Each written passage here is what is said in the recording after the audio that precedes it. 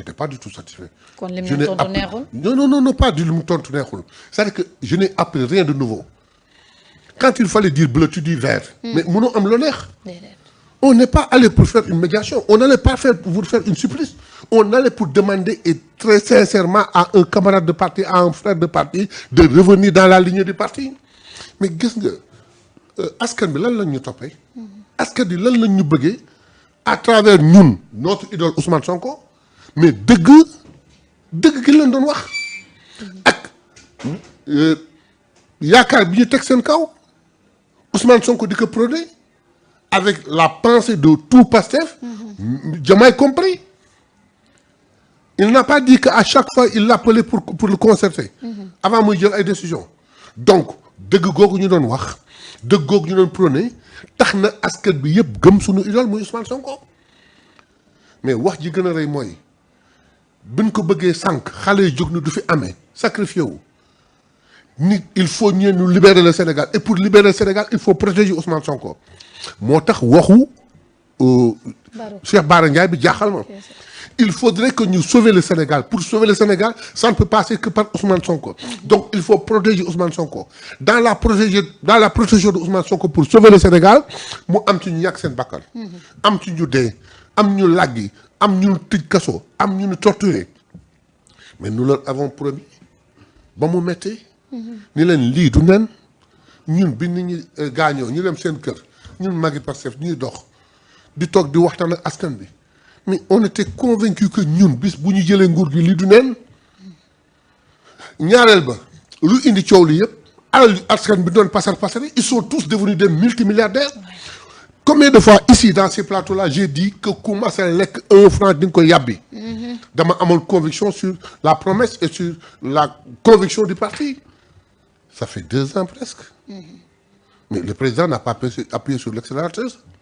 à la limite ni muy waxee moi je veux être le président de tout le monde mais il est le président de tout le monde mais je veux une réconciliation mais oui mais xanaa il n'a pas entendu le khalife général des Tidianes juboo oui balaate oui mais justice avant d'abord balaa ngay baal da ngay xam koy donc je demande au président et humblement que yii na ko teg fale jublu ci li nga xam ne moom lañu digal askan bi son gouvernement est en train de faire un excellent travail malgré la situation catastrophique économique bi ñu fekk ci dëkk bi et budgétaire ñu ngi wàññi denrées alimentaires yi wàññi pétrole yëpp ils font un excellent travail mais sur le plan de nos promesses bakkanu jàmbur yi ensuite pour ces gens-là qui ont lutté qui ont perdu leur vie ñii làggi dem ñu leen def une journée di leen sargal tu lâches la journée pour aller en Côte d'Ivoire. waaw foofu nag laa bëggoon dugg loolu bi ñu ko si koo xamante ni 4e mandat mais ça m'a choqué non d'abord xam nga par cohérence par cohérence on m'a parlé de la tournée économique waaw je dis man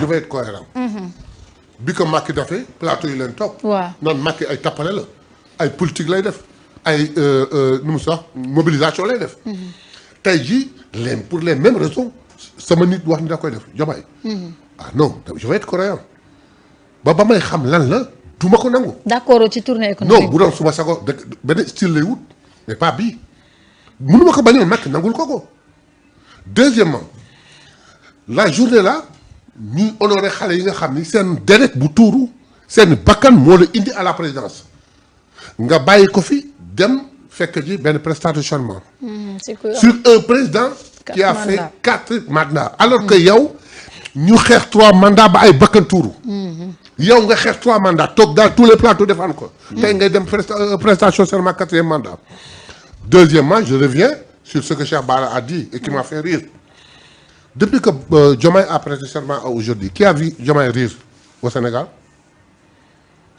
ku mës a gis Diomaye mu rey mais bi mu nee Côte d'Ivoire xàqataay na rey photo baa ngi c'est viral ay waxit la Cheikh Bara wax na ko day reeloo nit ñi mais en fait de compte boo toogee nga réfléchir tu te rends compte donc loolu man personnellement daf ma choqué mais doyen est-ce que foofu tam bu demoon dina am lu mu teg ci loxo famille des victimes parce que tamit yaa ngi koy wax sànq 2 ans dara leeragu si est-ce que bu demee duñ ko yuuxoo comme il a raté 2 occasions lesquelles le 8 il devait se présenter et promettre au peuple là ñaari baat la leen di wax am na lu ma yiteeloon suuxu Sénégal ba wax dëgg yàlla tallu woon seen mbir.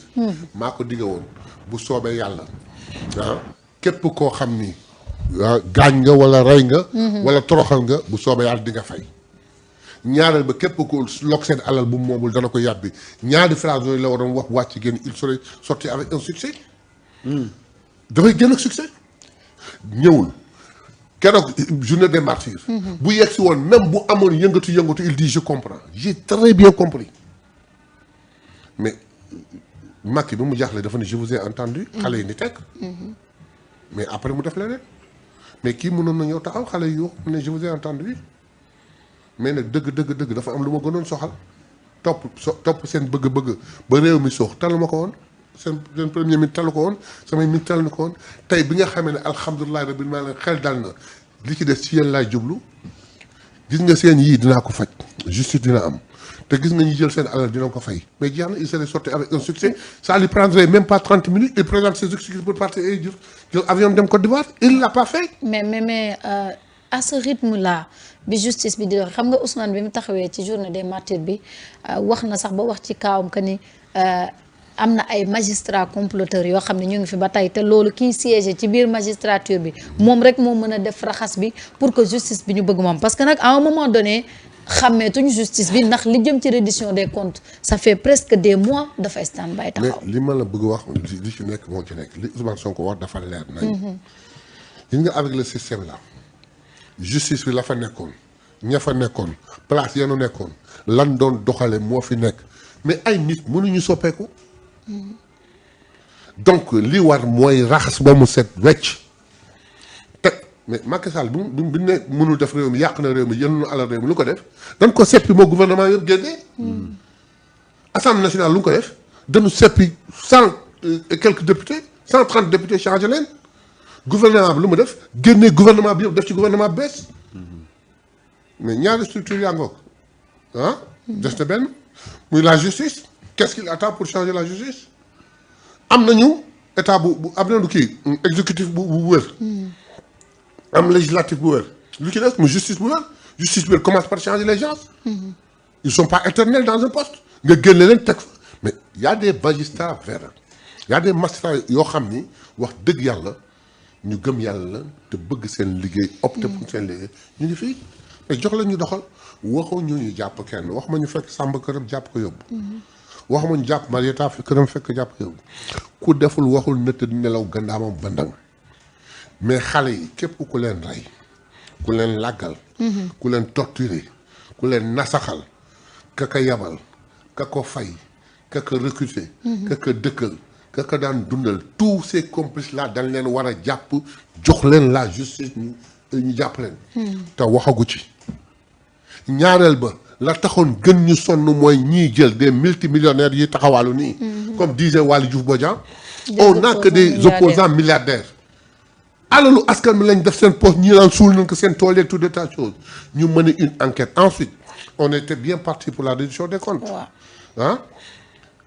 j'ai entendu Cheikh Bara on raconte que Cheikh Bara ak sëñ ci Mbacké ils ont dit qu'ils n'ont pas voté la levée de l'immunité d'un député pourquoi parce que un ancien ministre bu ñu topp ndax 50 millions mais am na ñoo xam ne ay 1 milliard et quelque la te ñu ngi toog di dox seen soxla te ñu ngi toog dox seen soxla 45 milliards d'armement mi ngi biir leerul ba tey ana arme yi kenn gisu ko alors donc am na loo xam ne foog ñu wax ko donc je demande ici humblement à un jeune frère à un président que je respecte que j'ai élu que je respecte que si c'était à refaire Ousmane joxaañoot kan on aurait fait la même chose de simplement s'asseoir de devenir le Diomaye qu'on a connu et de régler le problème du peuple te régler le problème commence par deux choses la reddition des comptes justice voilà d'accord mais doyen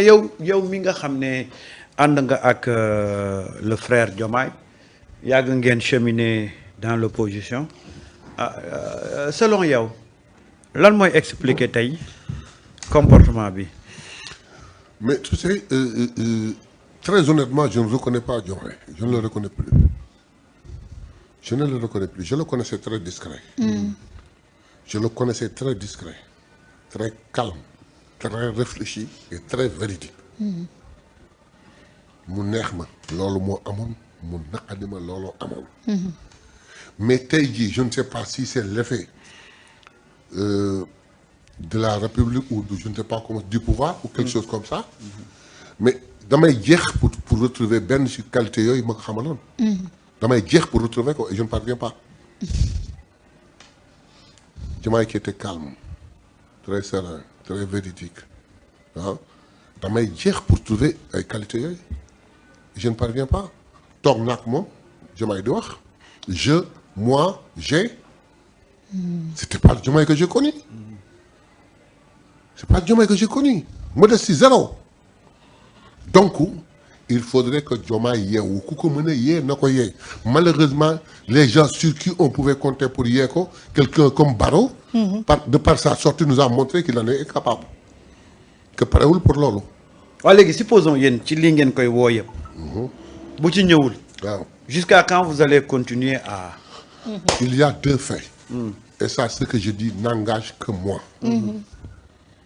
je demande au frère Ousmane Sonko le président de mon parti de ne jamais je dis bien jamais démissionner du gouvernement heureusement que tout ce conflit politique joué sur le conflit administratif. Mais au finish, ça va impacter sur le... Pour le moment, ça n'impacte pas et qu'il continue à faire l'excellent travail qu'il faisait auprès du président. La concertation sur le plan administratif, sur le plan gouvernemental, nous connaissons doxal. Nous allons connaître sur le plan politique notre chemin d'où ko wàcc. J'ai toujours dit que on était rencontrés que par des pays. Le parti, le projet. On est arrivé au pouvoir, il nous reste le peuple. Le peuple, sous nos relations avec moi, c'est basé sur deux faits. La confiance, ils l'ont eu en nous. Ils nous ont élus. Par le biais de Diomaye, ils l'ont élu président de la République avec 50 et quelques %. Ils nous ont réunis en nous donnant 130 députés sur 165. Le peuple peut parler avec nous, nous tous les moyens. Nous lui avons fait une promesse comme quoi, qu'il a gagné, qu'il a gagné, il a réglé. Ba léegi réglé wuñ ko ki jël sa alal dina ko réglé ba léegi réglé wuñ ko léegi nag on s'en tiendra là. Normalement s'il est avéré qu'il a créé une coalition c'est-à-dire qu'il fait un mouvement autre que le parti il s'est auto-exclu du parti. Nous n'allons jamais l'appliquer. S'il compte à ce qu'on l'applique pour qu'il dise que ah kon ñoom ñoo ma dàq. Pour mën a def li mu def il se gourre dans le nous n'appliquerons pas. Pourquoi? Parce que bëgguñu mu influer la bonne marche du gouvernement. On va continuer avec lui. Parce qu'il nous faudrait qu'il réussisse ce mandat. dañ koy gunge mu réussir quoi qu'on dise mandat bi ñun ak moom ñoo ko bokk bu échoué ñu échoué. mandat bi sax seen mandat la. Très bien donc il faudrait qu'il réussisse et nous ferons tout pour qu'il réussisse. Ouais. Mais néanmoins à la fin de ce mandat soit il rentre dans les rangs. soit ñu dàq ci biti. C'est mon point de vue. ngeen dàq ko ci parti bi. Oui.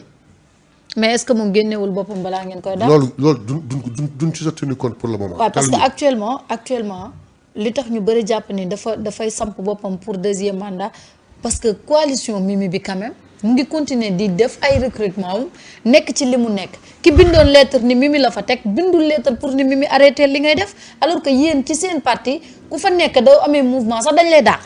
moom mu bëgg a intéressé wu ci coalition. waxoon naa ko fii il y a 2 ans ou 2 ans et demi que ni Macky dafa waroon bokk 3e mandat. lu tax. que bu bokkoon le ridicule de sa vie lay jot. Il n'aura même pas 15%. Si jamais il s'aventure à vouloir être candidat d'une manière ou d'une autre, par un moyen outre que Pastef, il sera ridicule. Je le dis aujourd'hui. Su nekkee candidat par un moyen bu mën a doon budul sous la couverture de Pastef wallahi il sera ridicule. Kon il ne sera pas candidat. Parce que Pastef nag ñoom seen candidat mooy Ousmane Sonko. Non, attendez, ce qui est clair. Ouais. Ousmane l'a choisi, nous avons accepté, nous avons mené campagne, nous l'avons élu, nous l'accompagnons pour la réussite de ce mandat. Mais Ousmane léegi dañ jël loxoom dañu loolu loxo bi scotché ko dootu ko mën tàllal nii. ne ko bul joxoñati. léegi nii lay def c'est-à-dire que loxo bi dañuy scotché nii. mënatul tàllal loxoom di joxañ Samba. léegi loxo bi da nga ko scotché nii rek la mën a def.